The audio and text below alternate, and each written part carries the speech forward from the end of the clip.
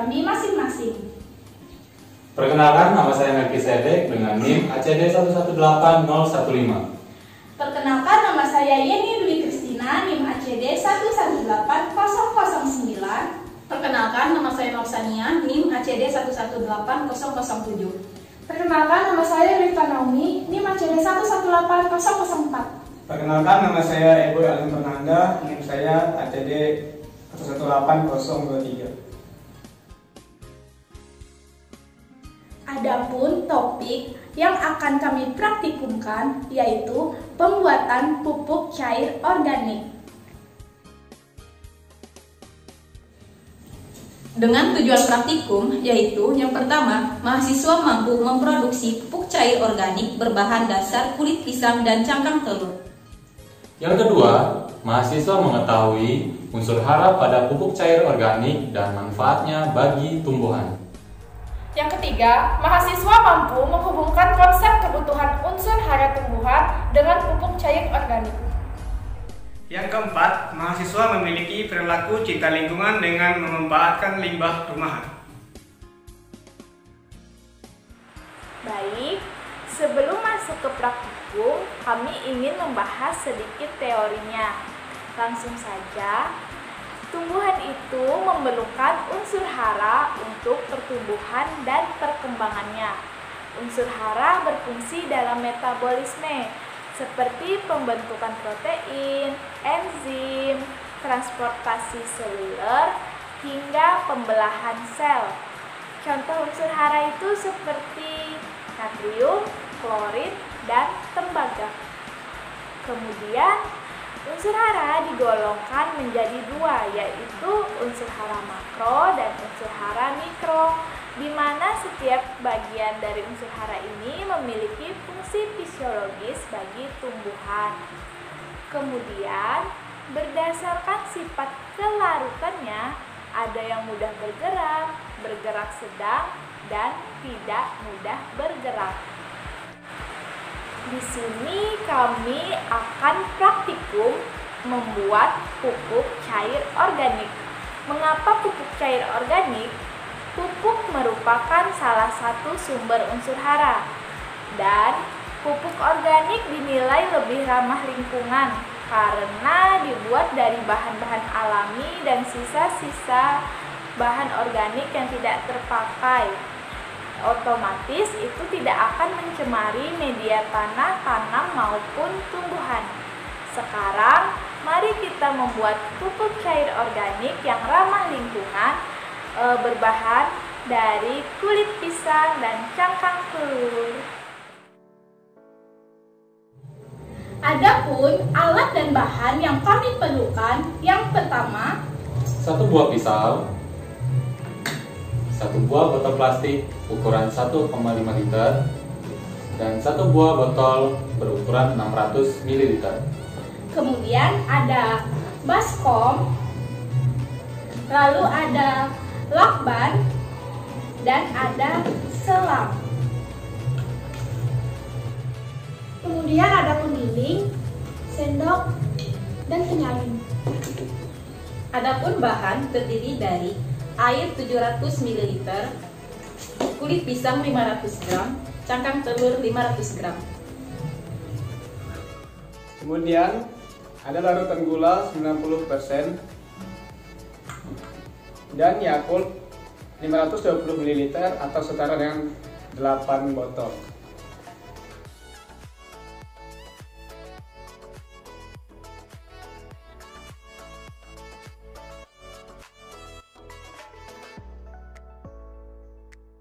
Baik, langkah yang pertama yaitu mencuci kulit pisang dan cangkang telur dengan air mengalir, kemudian tiriskan. Kemudian langkah yang kedua yaitu mencacah kulit pisang hingga menjadi potongan-potongan yang halus. Baiklah, langkah yang ketiga, memasukkan potongan kulit pisang ke dalam botol plastik A.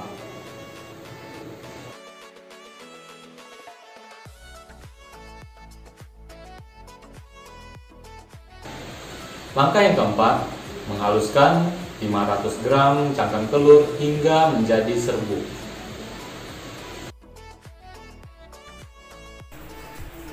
Langkah kelima, memasukkan serbuk cangkang telur ke dalam botol plastik A.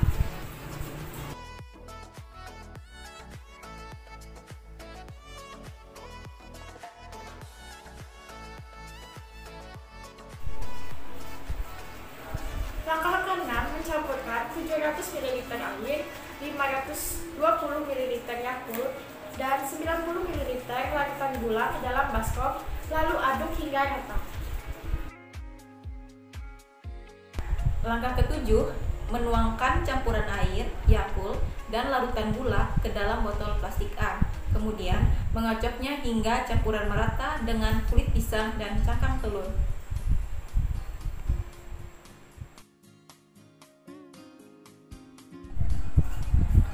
Langkah 8, melubangi tutup botol plastik A, lalu memasukkan selang di permukaannya dengan catatan jangan menyentuh permukaan campuran pupuk, lalu merapatkannya dengan lakban.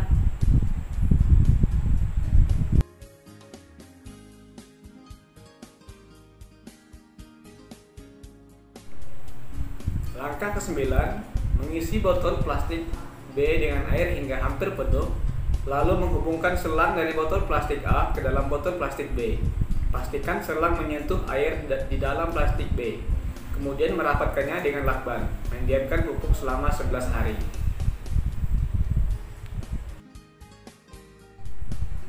Langkah ke-10, setelah 11 hari, menyaring cairan kental pupuk cair organik yang terbentuk di dasar botol plastik A.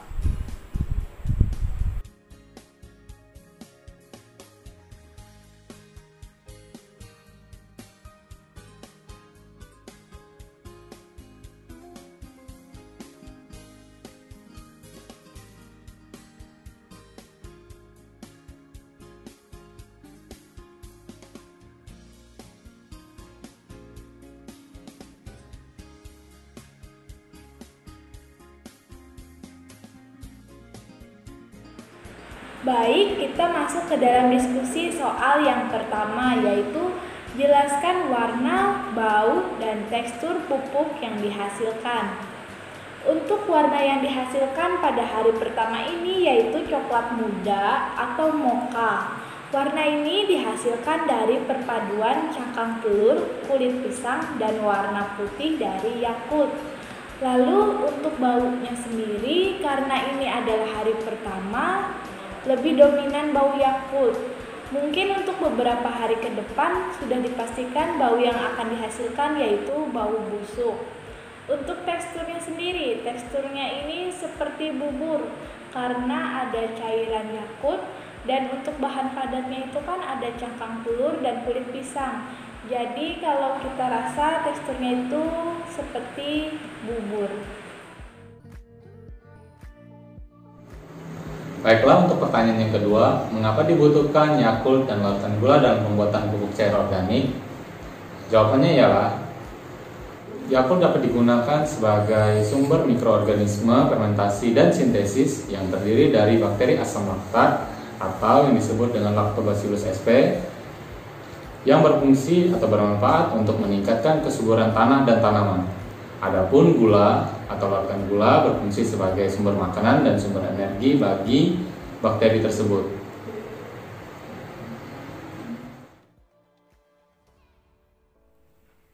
Soal nomor 3, unsur apa saja terkandung di dalam pupuk cair cangkang telur dan kulit pisang?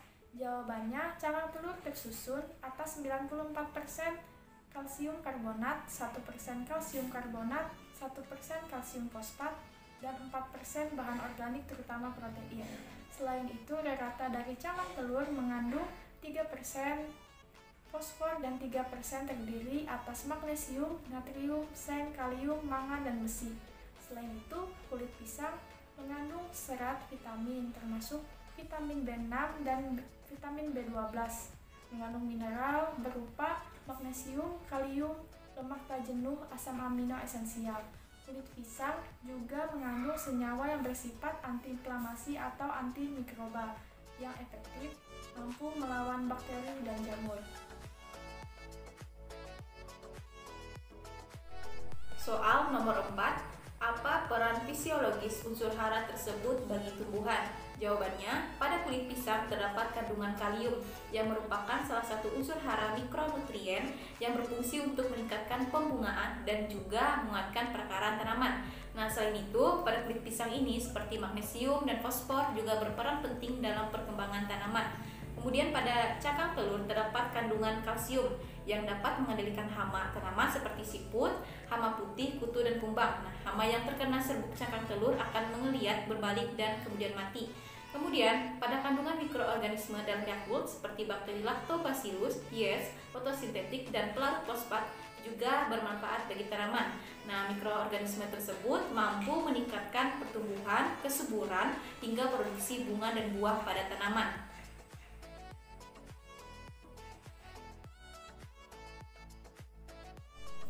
Soal yang kelima, apa akibat jika tumbuhan kekurangan unsur hara? Akibat jika tumbuhan kekurangan unsur hara adalah tanaman tumbuh kerdil, kurus, bentuk daun tidak optimal, pertumbuhan lambat, jumlah daun sedikit. Selain itu, kekurangan nutrisi hara atau nutria juga berpengaruh terhadap pertumbuhan dan perkembangan tanaman secara umum. Demikian praktikum dari kelompok 2. Kurang dan lebihnya kami mohon maaf. Sekian dan terima kasih.